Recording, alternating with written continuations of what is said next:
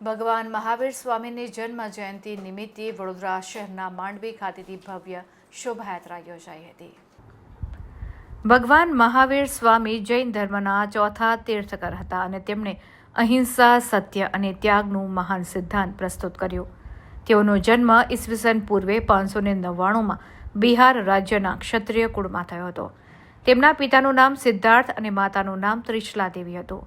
ભગવાન મહાવીર સ્વામીના ઉપદેશોના પ્રભાવથી જૈન ધર્મના અનુયાયીઓએ અહિંસાને જીવનનો મુખ્ય સિદ્ધાંત બનાવ્યો। જૈન ધર્મની શાખાઓ વિશ્વભરમાં પ્રસરી છે અને આજે પણ તેમના ઉપદેશોને અનુસરવામાં આવે છે। જ્યારે વડોદરા શહેર જૈન સમાજ દ્વારા ભગવાન મહાવીર સ્વામીની જન્મ જયંતિ નિમિત્તે આજે વડોદરા શહેર માંડવી ખાતેથી ભવ્ય શોભાયાત્રા કાઢવામાં આવી હતી, જેમાં વેશભૂષામાં સજ્જ બાળકોએ આકર્ષણ જમાવ્યું હતું।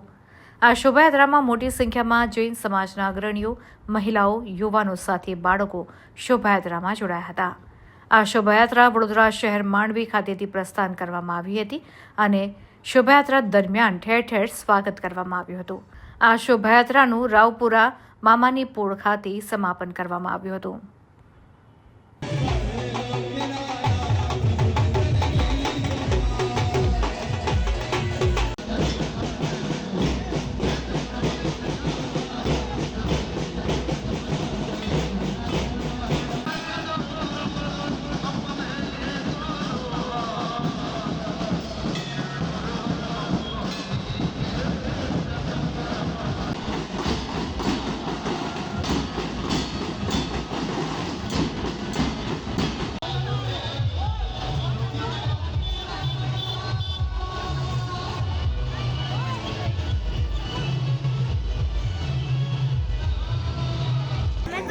ભગવાન મહાવીર સ્વામીજીનો આજે 26મો 23 પ્રાગટ્ય મહોત્સવ નિમિત્તે 2500 વર્ષ જૂની મૂર્તિ જ્યારે વડોદરા શહેરમાં આજે બિરાજમાન હોય તો એના દર્શન કરીને ધન્યતા અનુભવું છું।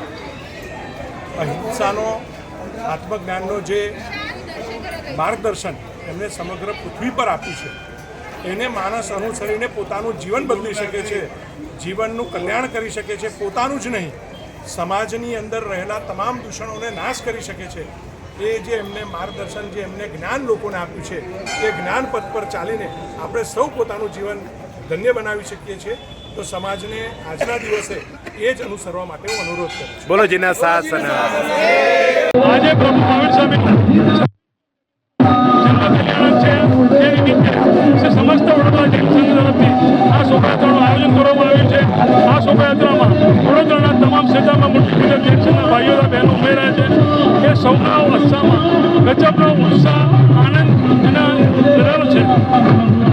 આની અંદર ઘણી બધી વગીઓ સાથે બેન્ડ, અલગ અલગ વિવિધ કંપનીઓ જોડેલી છે અને મામાની મોડે આ શોભાયાત્રા જશે। માંડવીથી શોભાયાત્રાની શરૂઆત થયેલી છે અને શોભાયાત્રા ત્યાં જઈ રહી છે।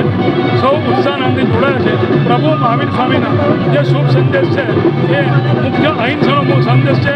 એ સંદેશ જ સર્વને પહોંચાડવાનો છે અને અત્યારે જે વિશ્વવ્યાપી જે કંઈ તકલીફો છે એ તકલીફોને ધ્યાનમાં રાખતા ગઈકાલે નવકાર મંત્રનું આયોજન, એનું અનુષ્ઠાન કરવામાં આવેલું હતું અને આજે પણ સર્વે પ્રભુ મહાવીર સ્વામી તરફથી જે અહિંસાનો સંદેશ મળ્યો છે એ ફેલાવવા માટે અમે આ શોભાયાત્રાનું આયોજન કરેલું છે। પ્રકાશ શાહ, શ્રી સમસ્ત વડોદરા જૈન સંઘ। આપણી વચ્ચે અહિંસાનો જે સંદેશ આપ્યો છે અને એ અહિંસાની જ્યોત મહાત્મા ગાંધીજીએ જ્યારે સમસ્ત વિશ્વને આપી છે એવા ભગવાન મહાવીર સ્વામીજીના જન્મદિવસ દિવસે સમસ્ત વડોદરાવાસીઓને, સમસ્ત જૈન બાંધવોને બધાને આજના દિવસની શુભકામના આપું છું અને આ જ પ્રકારે ભગવાન મહાવીર સ્વામીને આપણા બધાના વર્ષમાં દુઃખી વર્ષ પીડે એ એમની પ્રાર્થના। આજે પ્રભુ શ્રી મહાવીર સ્વામી ભગવાનનો જન્મદિવસ એટલે કે અમારો જન્મ કલ્યાણક દિવસ આજે પ્રભુનો ધામધૂમથી ઉજવાય છે। ચારે ફિરકાઓનો આજે શોભાયાત્રા નીકળી છે। પ્રભુ જય મહાવીરનો આજે પૂરા વિશ્વમાં જોયું કે ગઈકાલે આપણા પ્રધાનમંત્રીએ પણ વૈશ્વિક સ્તરે નવકાર મંત્રને આજે વિશ્વ મંત્ર તરીકે ગઈકાલે એ લોકોએ ઉદ્ઘોષ કર્યો અને આજે જૈનોના એવા અમારા પરમ પુરુષ પરમ તીર્થંકર એવા 24મા તીર્થંકર પ્રભુનો જન્મ કલ્યાણક હોવાથી આજે એમનો જય જયકાર હો. જય હો, જય હો, જય હો. કૃષ્ણાનંદન વીર કી જય, બોલો મહાવીર કી. કૃષ્ણાનંદન વીર કી જય, બોલો મહાવીર. આ યાત્રા તો સમસ્ત વડોદરાની છે, પણ માંડવી અપના બજારથી આ વરઘોડો શરૂ થશે અને મામાની પોળ મહાવીર સ્વામી પ્રભુના જિનાલય જ્યાં કોઠી કચેરી છે ત્યાં આગળ આ સંપન્ન થશે.